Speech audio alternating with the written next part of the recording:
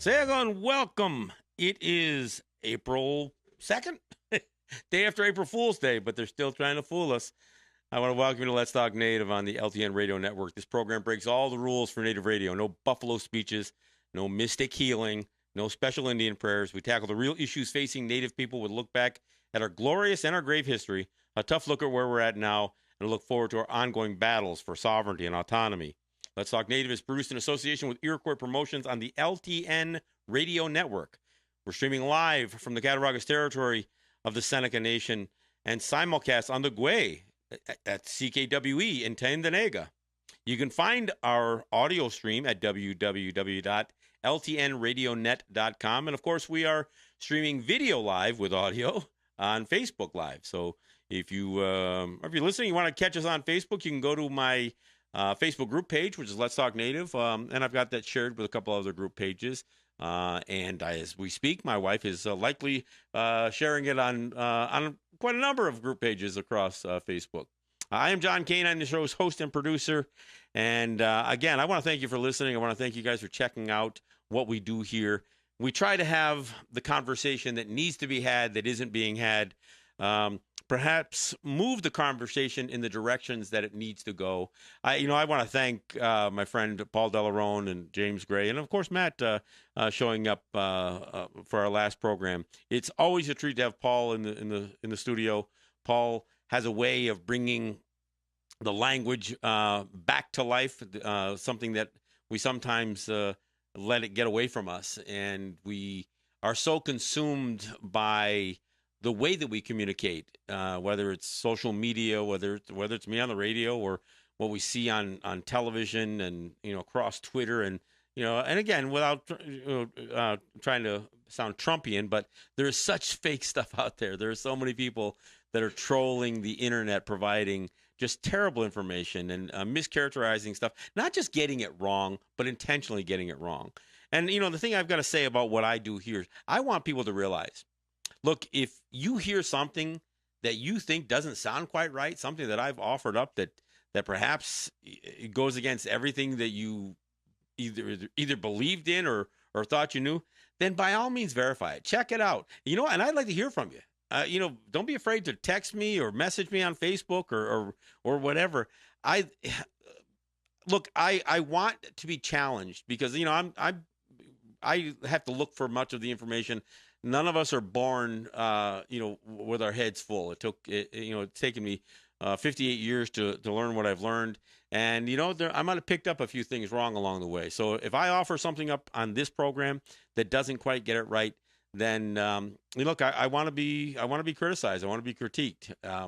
But you may find, as many have, even though I'm offering something you may not have heard before, you may find out when you check it out that it comes from truth, a truth that you've been denied.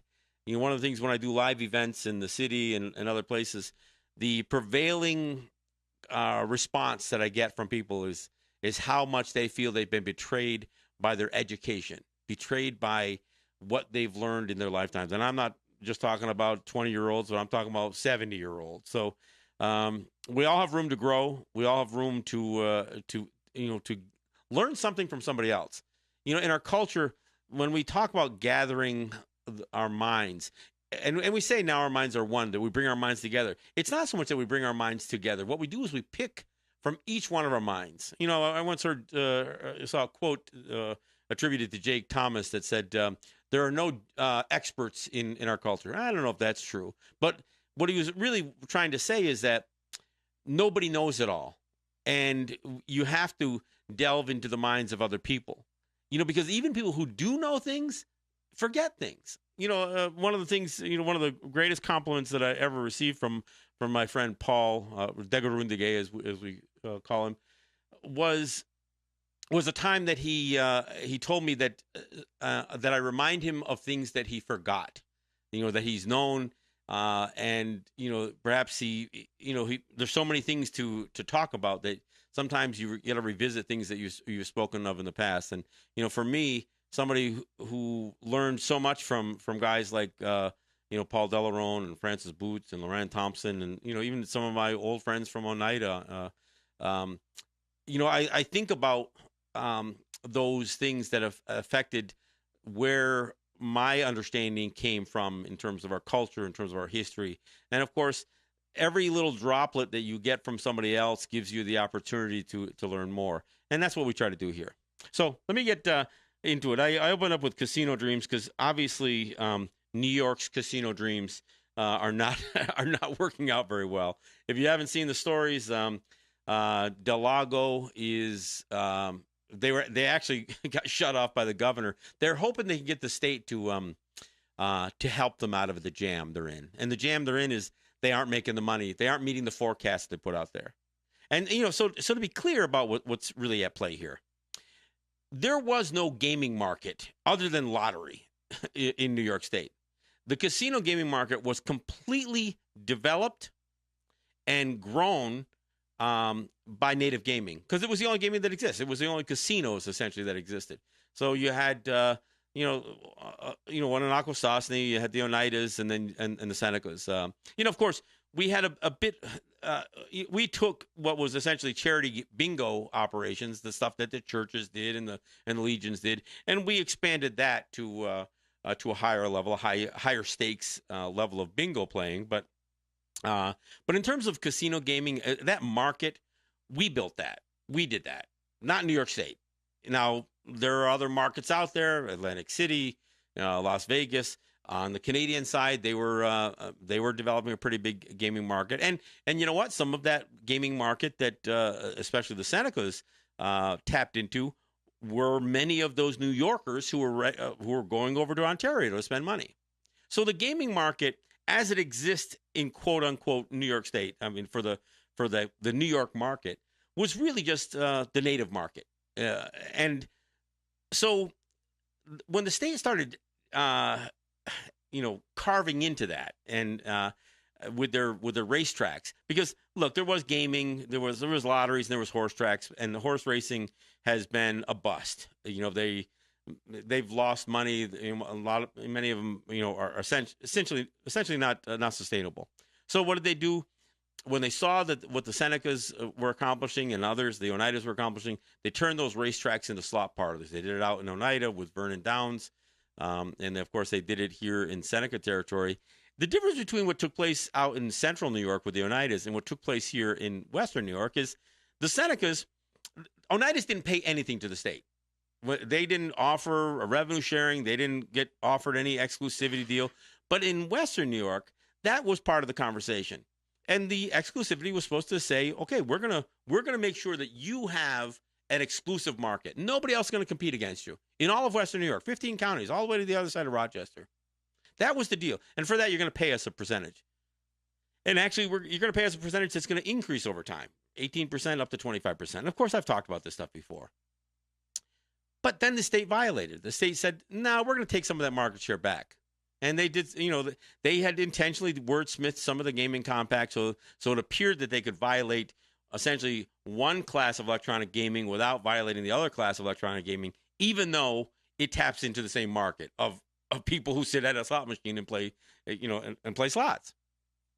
So the state violated right out of the gate, and then it wasn't enough. They decided, no, we want to go full bore into casino gaming. So they changed their constitution and authorized 4 casinos. One of them right on the fringe, right between the Oneida gaming market and the Seneca gaming market with Del Lago. And and of course the myth that even guys like Steve Pigeon, who was actually contracted with the Seneca Nation, the myth was, oh no, the gaming market is huge, and the more casinos there are, the bigger we'll develop the market, and it wouldn't even matter if the New York State put multiple casinos in Niagara Falls, everybody would do better. No, that's not true.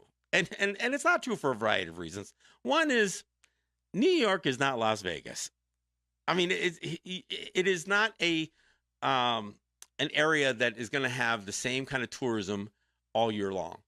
And Las Vegas took many years to develop itself into Sin City, into that what happens in Vegas stays in Vegas, and create that gaming market. And New York was never going to make that kind of investment. In fact, they made no investment in the gaming market.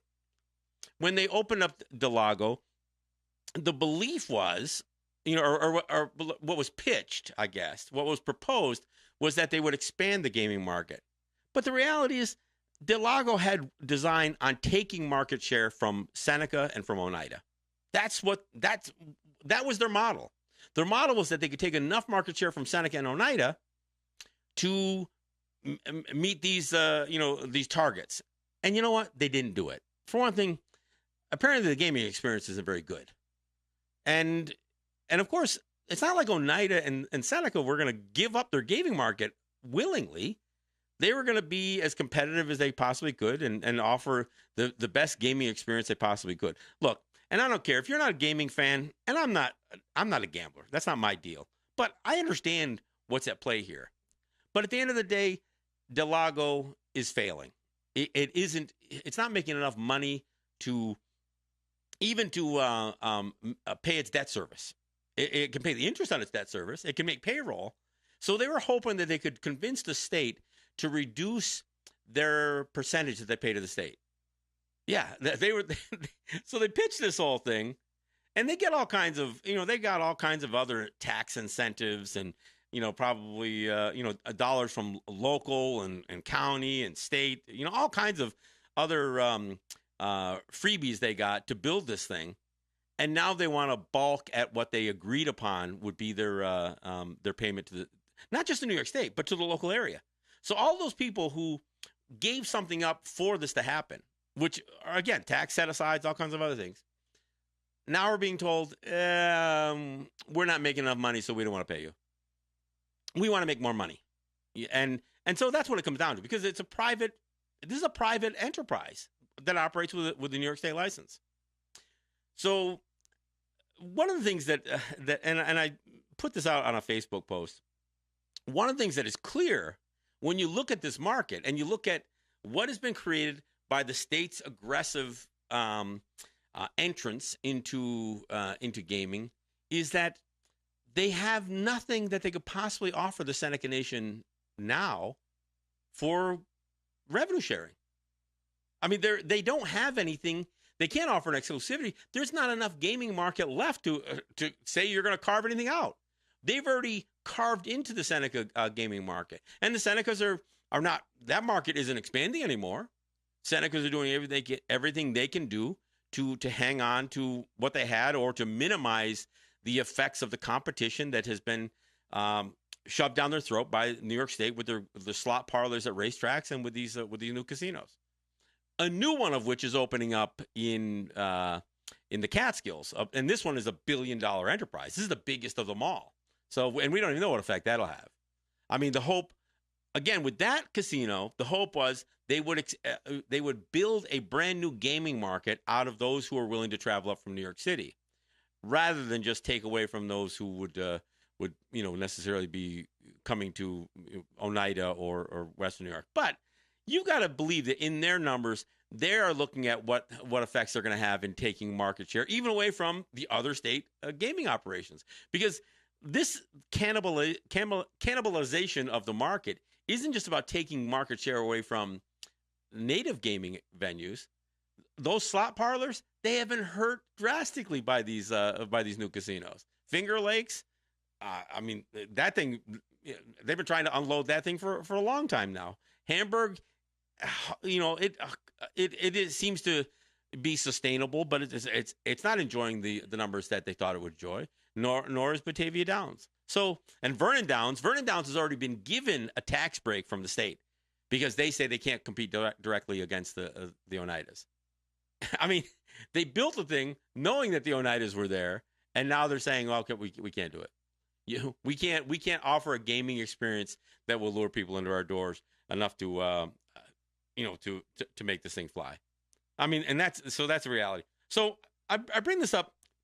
And I talk about it here, but I also want to mention that tomorrow I'm going to be on the Vince Anello show. Now, Vince, the former mayor of Niagara Falls, I've been on his show before. He does a show on Tuesdays and Thursdays from 10 to 11 a.m. I'm going to be on tomorrow. It's on WJJL 1440 a.m. It's a call-in show, so and I'll post the number on my on this my Facebook page here. The call-in number is 716-297 1059. That's the number to call in tomorrow. But like I said, I'll post it up. There's also a place that you can go to, and I'll share that link too. It's on Blog Talk Radio, so you can listen to it live online. Because I know not everybody's going to be able to pick the signal up from Niagara Falls in my listening area, since my listening area is the internet. But I'll post the links to that as well. And so Vince and I will have a conversation. And what it's invariably going to come back down to is the fact that not only did the revenue sharing clause of the Seneca State Gaming Compact expire, but the state is left with nothing to offer. I mean, I've even heard people try to whip up, well, maybe they could do something with sports betting. Look, the state, how could the state offer sports betting if they can't do it themselves? I mean, it's one of those, proverbial questions that get asked. Then I heard others people say, well, maybe the state will play hardball with their liquor license. Look, if the state tries to be vindictive about this, the fact that the revenue sharing expired, and now they're going to try to hold the alcohol sales on these casinos over the heads of the Senecas. If I were the Senecas, I'd say, F it. I don't need to buy from state wholesalers. I don't need to pay state tax on the booze that I sell. In fact, it's a little bit contradictory as a matter of fact. So, I mean, they could set up their own alcohol distributorship, pulling it in from Pennsylvania or another state or something like that. I mean, again, these are the things that get thrown out there almost to answer this potential vindictiveness. And of course, the other question that comes up is, well, what happens when this gaming compact expires? Will the state try to not renew a compact? You know what I say? F that too. So what if they don't? The states have no authority to shut down native gaming. The feds can claim to have that authority, and I'm not even sure that they do, because at the end of the day, gaming was not made possible by federal law. And it wasn't even made possible by a Supreme Court ruling that ushered in the Indian Gaming Regulatory Act. Because that Supreme Court ruling didn't give Native people the right to do gaming. It acknowledged that we had that right. So when somebody looks at an existing concern, an existing enterprise or series of enterprises like the Seneca Nation has that employs, over 5,000 people and is essentially $1 billion, enterprise for the region, not just for themselves. I mean, it's absurd to think that the state, has any ability to shut it down because they want to try to squeeze or extort money out of the Senecas. And frankly, I think it'd be the federal government would be hard pressed to make that claim too. And as we get into the second half of the show, I'm going to talk more than I have in the past on the UN Declaration of the Rights of Indigenous Peoples, because it not only impacts the subject that I want to talk about in the second half of the show, which is the environmental issues associated with not only West Valley demonstration project putting contamination into the Cattaraugus Creek, but this battle with Epiphany Allegheny, of all names for a company that wants to dump hydrofracked water waste or wastewater into the headwaters of the Allegheny. But I want to talk about that because this is one of the things that kind of drives me crazy. I know that the UN Declaration on the Rights of Indigenous Peoples is not a strong document with a whole lot of recourse associated that anybody can take against the violators of that. But if we don't begin to cite how the United States, how New York State, in this case with Epiphany, Pennsylvania, is violating not just our rights, but they're violating the international norms established by the United Nations, then we will never give this thing any meat. And this, is also associated, not just indirectly, but directly to gaming enterprises and the squeeze being put on by New York State for gaming revenue. Because laced through this entire document, 46 articles and, and a whole lot of, affirmations and wherefores and therefores and it recognizes and all that other stuff is a ton of acknowledgments that the UN is making and basically directives, not at Native people. Look, they aren't granting us rights with this thing.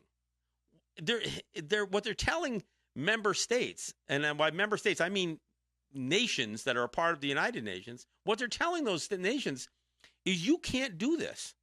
You can't violate the rights of indigenous peoples. And we're going to lay out what it is we're saying as an international community you cannot do. And the fact of the matter is, the United States, perhaps more than anybody else, it stands in stark violation of so many of these things. And of course, it's not just the United States as a country.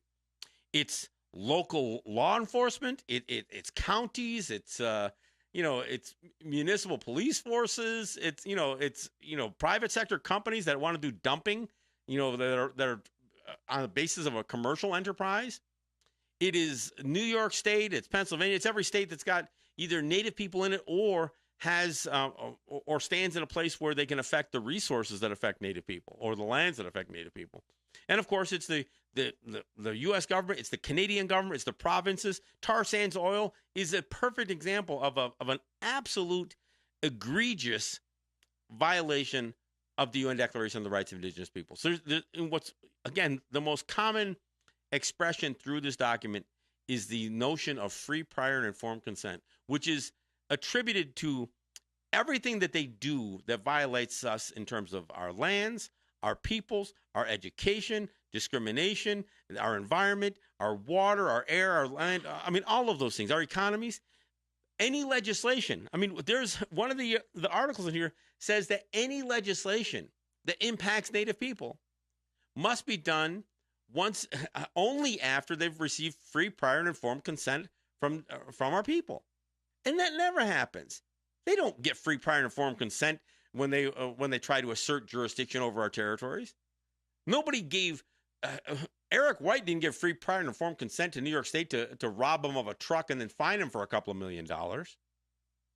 So I mean, this is the kind of thing that we have to talk about. And and this gaming issue. Look, this isn't just about going to bat for the Seneca Nation.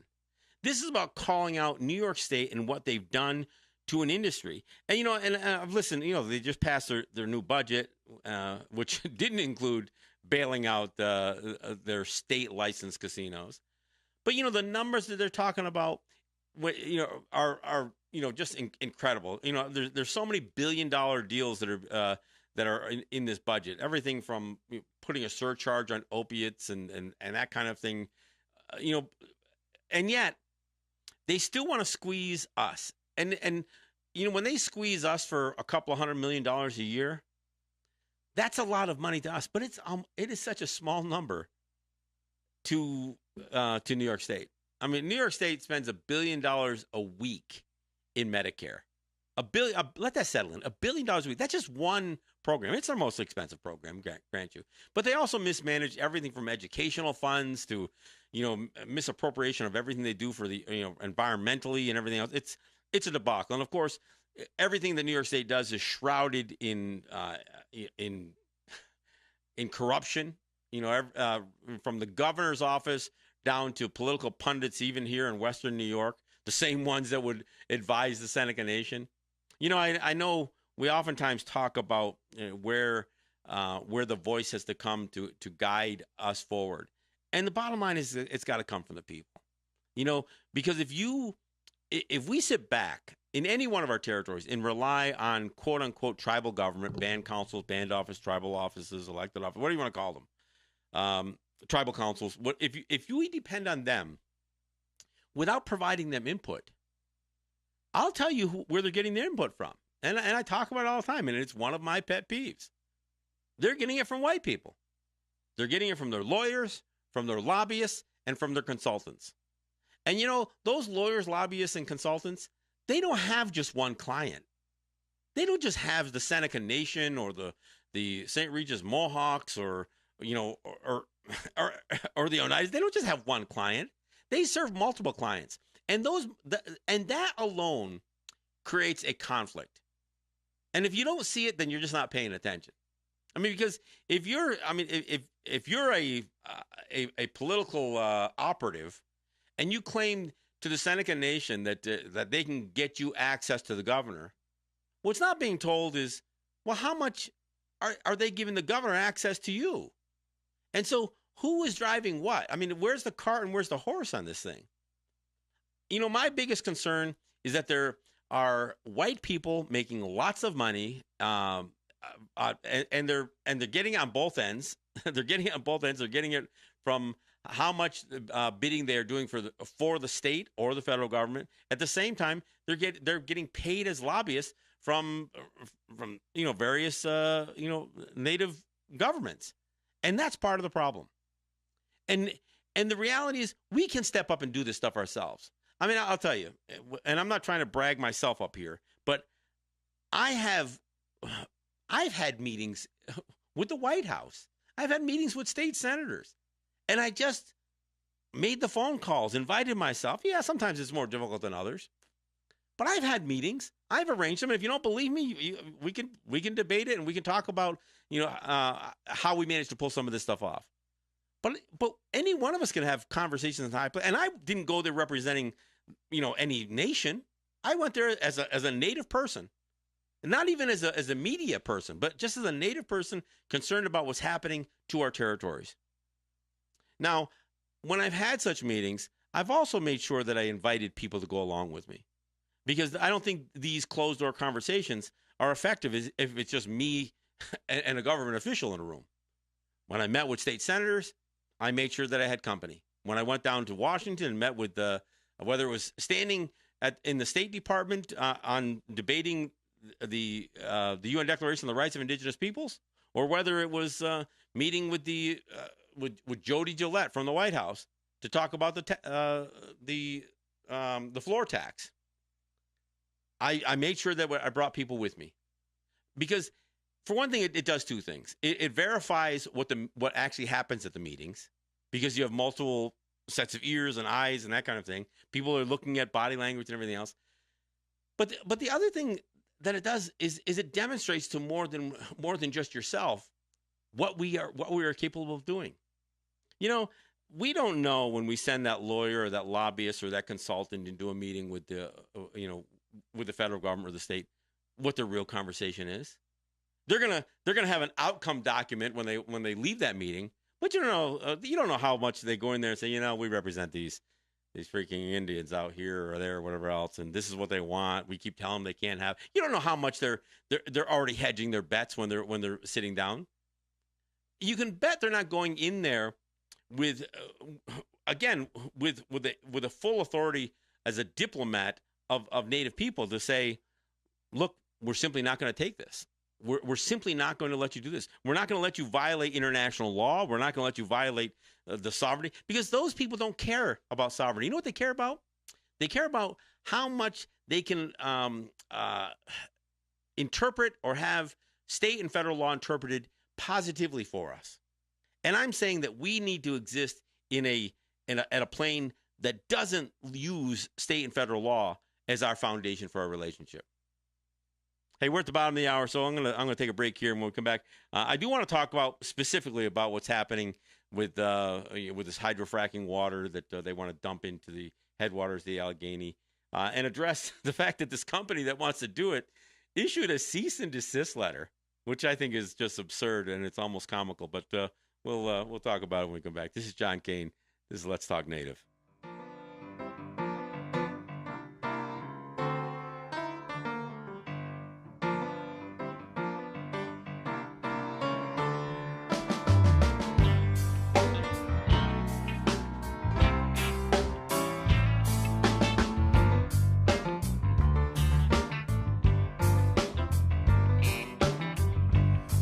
Comes up on another day.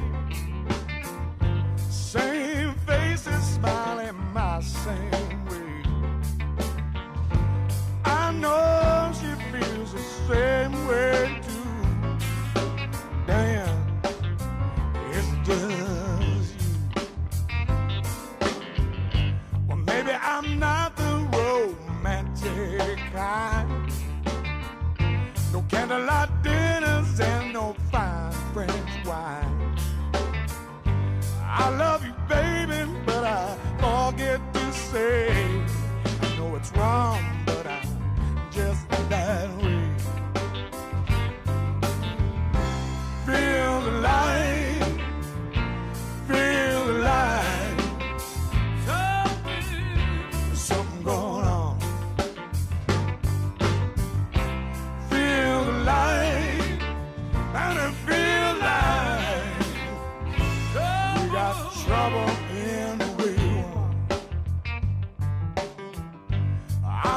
tell you it wasn't always this way.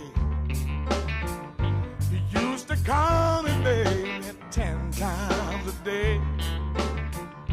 And now the only call I ever get from you is from the bar 2:30. Feel the light, feel the light. Something going on. Feel the light, and it feels like we got trouble in the wing one.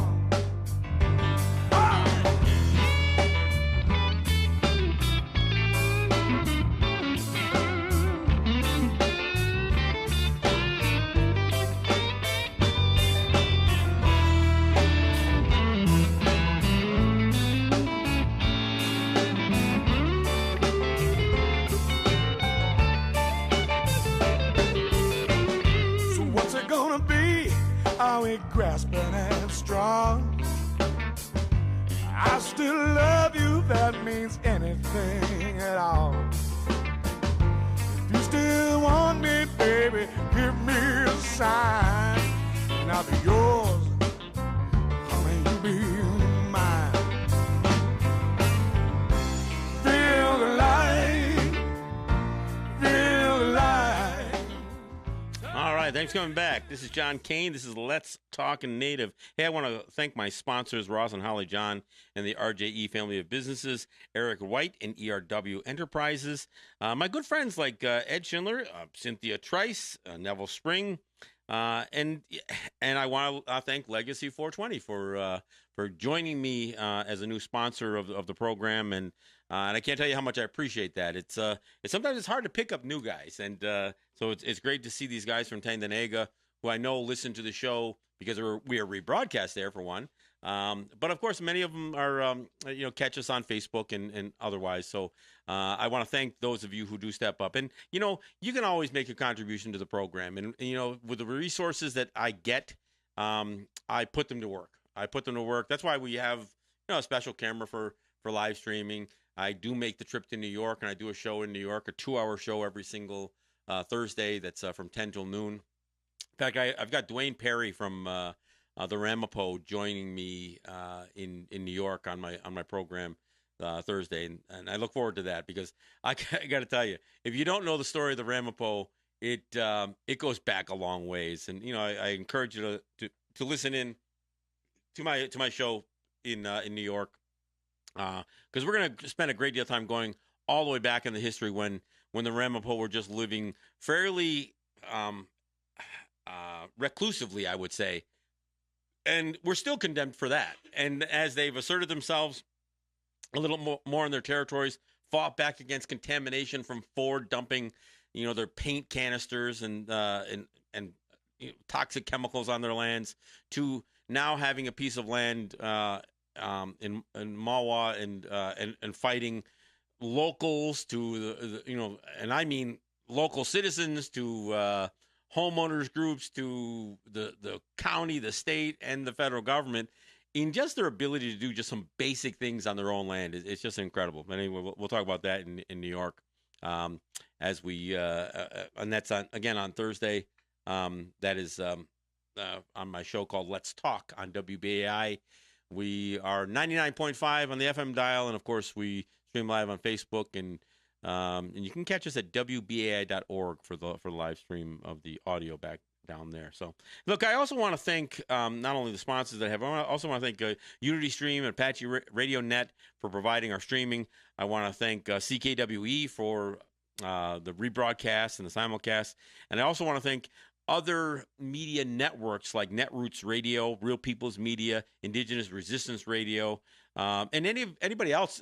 Look, if you're carrying the show, and you're welcome to do that, you can pull the download of the show from my SoundCloud. I make sure when I post the audio on SoundCloud that you can download it. If you want to run this show, by all means, it's open there to anybody. I'd appreciate if you let me know so I can at least give you a mention as we do the show. So I appreciate that. And, of course, I also want to thank all of you who share the show. folks like my wife and Toby and others who share the show on various not only personal pages but on other group pages, and it's not just a show that as we do it on Facebook Live, but the show as I post it on SoundCloud and as we post it on our YouTube channel, Let's Talk Native TV. So I want to thank all of you for that. All right, look, I do want to get into where the circumstances, and I haven't weighed in much on this thing. I think it has been handled quite well by the Seneca people and even the Seneca leadership and others. I mean, frankly, we've gotten good support from some of the elected officials in various places, and of course, I'm talking about the proposal for a hydrofracked wastewater to be dumped into a waste or water treatment facility in Coudersport, PA. Now, Coudersport, PA, it's not far deep into into Pennsylvania, across the New York state line, but it lies at the headwaters of the Allegheny River, which, again, starts in Pennsylvania, crosses over that state line, and then runs some 30-plus miles through Seneca territory. It is, this whole river is essentially the ancestral lands of the Seneca Nation, and what they've retained is a like I said, a 30-plus mile strip of that of land that lies on either side of the Allegheny River. So. And now, on the face of it, you say, okay, yeah, but they're going to take this dirty water, they're going to put it in a water treatment facility, and they're going to clean it up, and they're going to let the clean water go into the river. What's wrong with that? Well, there's much wrong with that. One of the things is you cannot filter out radioactive contaminants. These aren't like specks that you could take out with a filter. Radioactive water is radioactive water, and so there's nothing you can do to. I mean, what radioactivity means is that it has a half-life. In order for it to degrade, to become inert, it takes a certain amount of time for that to happen. And in some cases, hundreds of thousands of years for radioactivity to for the half-life to make something that's radioactive inert. So radioactive water, which that's what, when you hydrofrack and you jam this water-based cocktail of any number of chemicals that are put into this into this hydrofracking fluid, and you jam it into the ground to fracture the shale formations deep under the Earth's crust.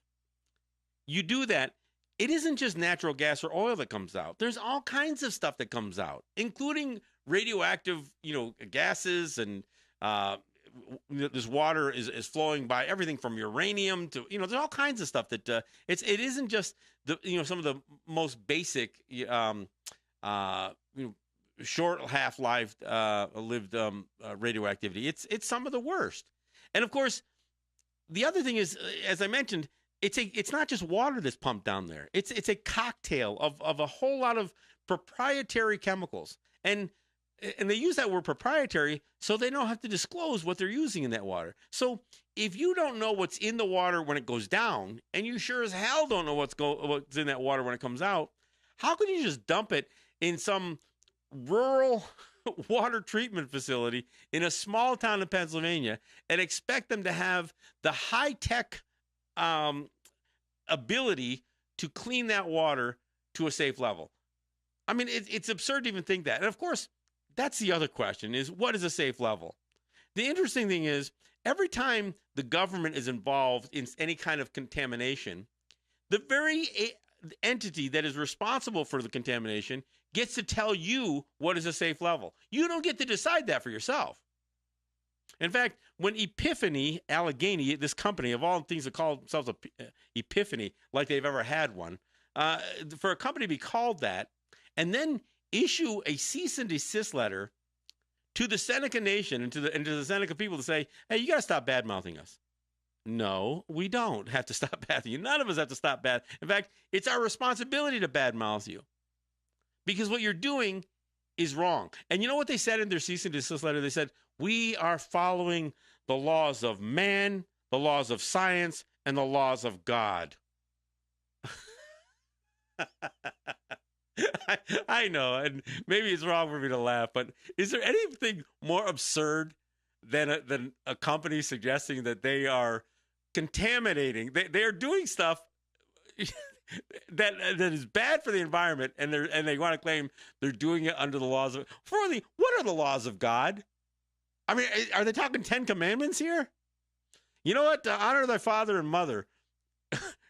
There you go. You're not honoring your father and mother if you're raping your mother in terms of the planet. No, I'm sorry. You're not following it, and I don't care whose God whatever God suggested that they issued you a permit to destroy the planet. I'd like to meet that son of a gun. Anyway, and of course, laws of man. Really? The laws of man?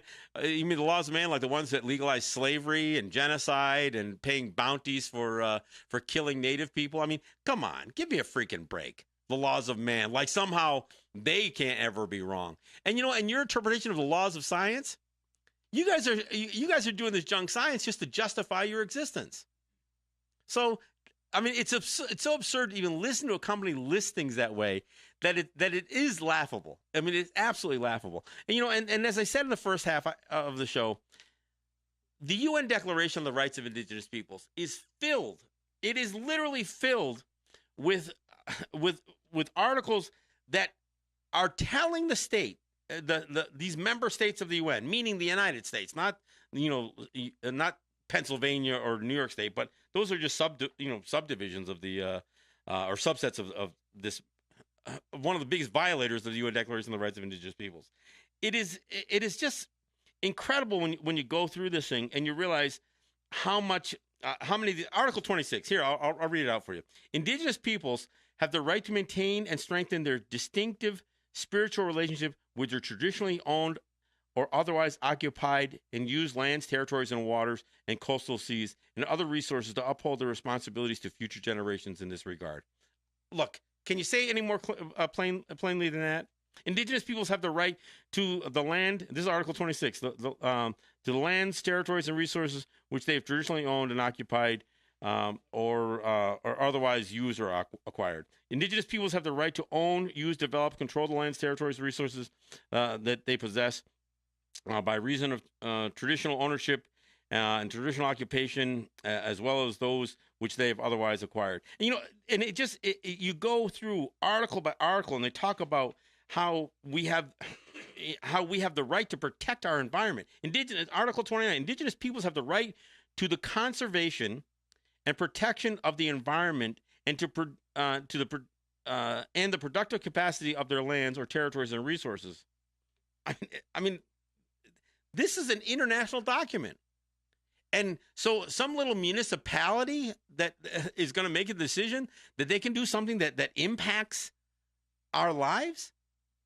And then you're going to have this company that is completely self-serving that's going to suggest, oh yeah, we're following the law. I mean, it is really absurd when you think about what they're doing. Now, and if I have a criticism for the Seneca Nation, is they've just passed a resolution just in their past council meeting affirming the UN Declaration on the Rights of Indigenous Peoples and asserting that they're going to let this be the foundational document to their government-to-government relationships. Not state law and federal law, not even, somebody's weak interpretation of treaties, but they're going to use their sovereignty and what is essentially the minimum standards that states, member states, nations are held to when it comes to indigenous rights. As I said at my last program with Paul Delaroom, this isn't about granting us rights. That's not what this is. What this is about is telling nations, you can't violate those rights. These rights exist. And any attempt to violate those rights is a violation of international norms. So this is the whole point. The point is we need to cite this, and we should go through this thing article by article. I mean, one of my friends asked me specifically, she said, what is there in this thing that we could use for the mascot issue? Here you go. Article 14, Section 2. Indigenous individuals, particularly children, have the right to all levels and forms of education of the state without discrimination. There you go. Get rid of the mascots. Why? Because the international law says to. It says we have a right to go to a school and not be discriminated against by having somebody make a mockery of our culture. Article 14, Section 2. I mean, it is literally filled. When we talk about genocide, I mean, Article 7, Section 2, Indigenous peoples have the collective right to live free, or to live in freedom, peace, and security as distinct peoples, not as assimilated people, but as distinct peoples, and shall not be subjected to any act of genocide or any other act of violence. Article 8, Indigenous peoples and individuals have the right not to be subjected to forced assimilation. Well, if you're imposing state laws that have no foundation in their own state constitution or their own national constitution, or have any foundation to suggest that we had somehow transferred or submitted our sovereignty to you, then you're just passing, these are what we call acts of pretend legislation. If you pass a law that you have no foundation to assert, then you're just hoping you can BS us. And you know what? They've been pretty effective at it. Over the years, the federal government and the state government have been very, very effective at just having their way with us. And part of it was obviously through might makes right, through military force, and of course through fraud and through deception, through everything from the spreading of disease blankets to kidnapping our kids, which, by the way, is a violation of the UN Declaration of the Rights of Indigenous Peoples, and putting them in residential schools. But we live in a different world now. And I'm not suggesting that we need to arm ourselves and wage a violent revolution for our independence from the United States. But, at very least, let's call attention. Seneca Nation, you pass this resolution to affirm the rights that states like the United States are to be held to. Well, let's hold them to it. Let's list them. Somebody read the damn document, please. Read it and let's cite it. And let's go through it. And if we got to go through it over and over again. Because here's the thing, and I've said this before. If a little local yokel judge says, oh, I don't know anything about that, I don't have to worry about that, then you know what? Let him put it on the record saying that. And if a county judge or a state judge says, no, we're not bound by some declaration from the United Nations, then let him say it and put it on the record. Let some federal judge says, we did not subject our sovereignty to the United Nations or any international agency or whatever else. Then say it, because then we go into the UN Permanent Forum. We say, look, we need to have a different solution to the problems we have with the United States, because they will not acknowledge the minimum standards that are established in this UN Declaration of the Rights of Indigenous Peoples. We need an international tribunal. We need a world court. We need some means to hold the United States accountable. Now, look, I know the United Nations can't assert any force against the United States, but you know what? There's something to be said for the court of public opinion. And at very least, we should use that forum that the United Nations represents, so we can get some clear determinations from a unbiased judiciary. Because we sure as hell can't get it from a state court or a federal court. So, look, we can go file for injunctions, and we can sue, and we can do all this other stuff. But you know what? All we can do is sue under their laws. We can't assert sovereignty in their courts. Their courts can't rule on subject matters of sovereignty. Why? Because they're bound by their constitution. If we are presenting something that's outside their constitution, which, you know what? That's what's going to be the question here. Because if they say, oh, we can't consider this because the United Nations documents are not, they're not embedded in our constitution, then say it. Then let's say it flat out for the world to say, world to see and hear, that no, the United States will not comply with international standards. Let them say it. And look, maybe they're just going to say it out of ignorance. They're going to say, I'm not sure if we can. But you know what? If you look at just basic humanity, and you consider, again, this isn't some high bar to meet. Article 46 of this thing, and I've said this before, I'll read it for you, just so you know it. Article 43. This is it. This is towards the end of the document. The rights recognized herein constitute the minimum standards for survival, dignity, and well-being of indigenous peoples of the world. So this isn't like some high standard, and it says it literally. It's the minimum standard. And you notice it doesn't say, it says for survival, dignity, and well-being, not for prosperity. Not, it just says for survival, dignity, well-being. What's well-being? I mean, that sounds like survival to me. See, this might be the minimum standard, but it's not our standard. Our standard isn't the minimum standard. Our sovereign, see, this never once mentions sovereignty in the whole document. It talks about treaty protected rights. But see, they never referred to indigenous people as sovereigns. They talk about self-determination. They talk about self-governance. And again, certain rights that we have to be distinct and autonomous, but they stay away from the word sovereign. We don't have to. And why do it? Because it's the minimum standard. It is not the standard by which we hold ourselves, especially Haudenosaunee, especially Ongwe within the our original lands. That's why we hold our lands different. We don't accept the standards, the minimum standards, as the only standards that by which we will maintain our relationships with New York State or Pennsylvania or the United States or Quebec or Ontario or the Canadian federal government. Hell no. They aren't meeting the minimum standards. So if they aren't meeting the minimum standards, they sure as hell aren't meeting our standards, because our standards are somewhat higher than that. And you know what? I'm not condemning the fact that this is only the minimum standards, because in order to pass it through, the hundreds of nations who voted for it, only 4 voting against it: U.S., Canada, New Zealand, and Australia. But in order to pass this thing through, it had to have language in it that wasn't going to be too assertive of rights that, and again, this is a broad set of rights that the member states are not to violate. It is not the limitation of our rights. This isn't this isn't the cap. This is the bottom. This is the bottom. It's not the top. This isn't the ceiling. It is the floor. So we don't know where the ceiling is.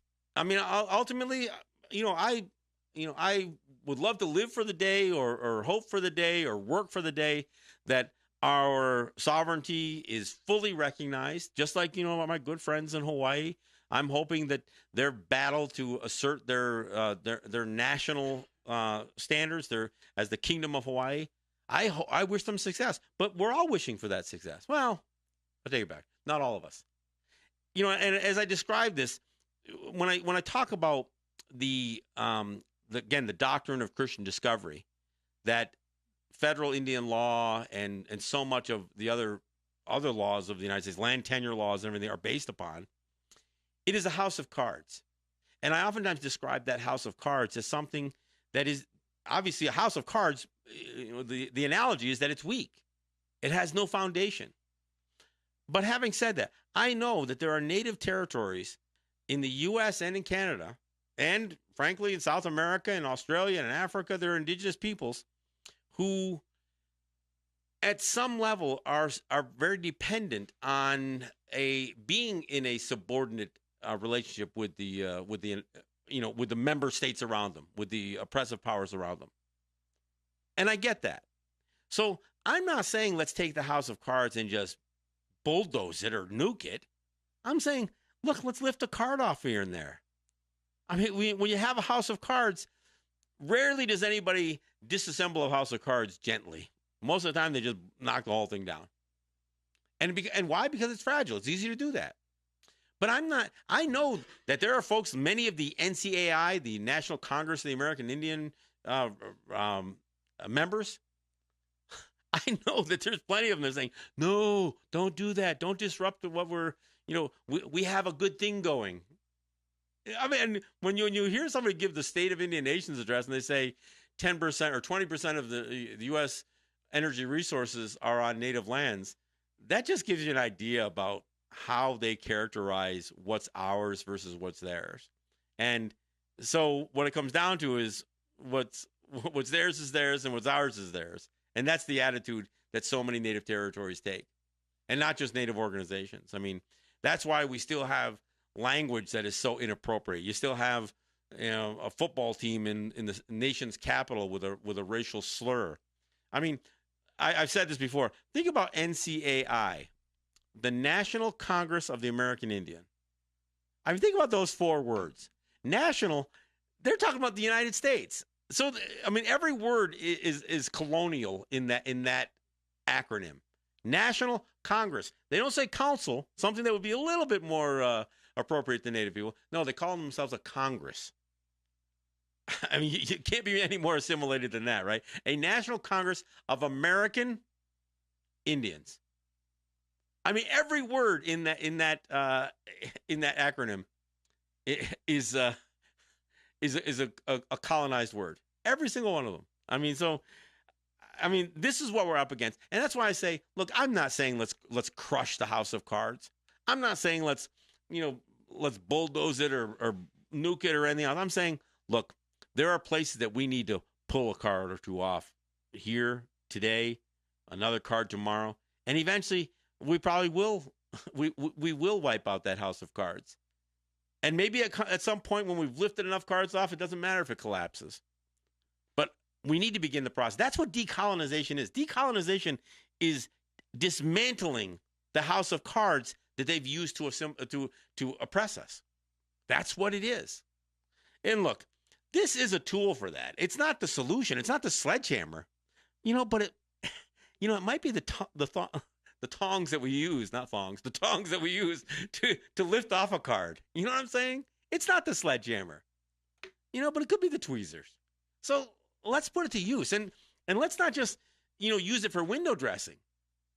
Let's put it in our public appeals, in our legal documents.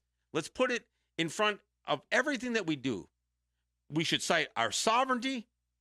Again, if people want to cite spirituality, by all means do that. But if you're going to talk about our sovereignty and our spirituality, then let's talk about international law at the same time.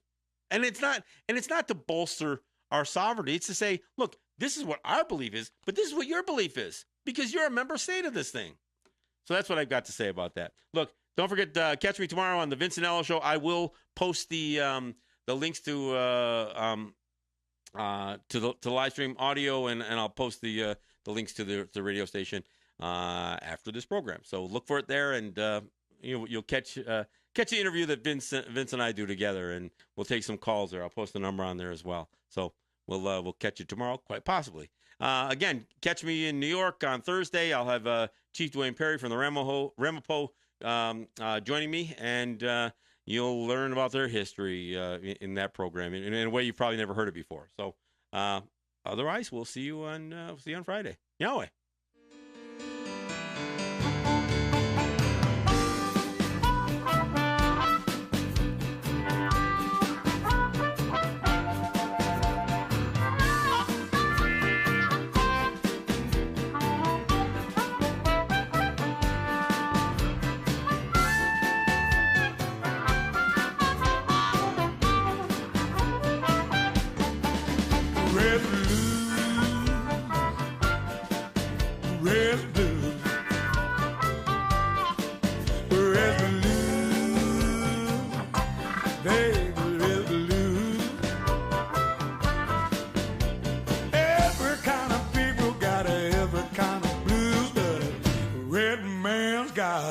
Red blue, go to work every day.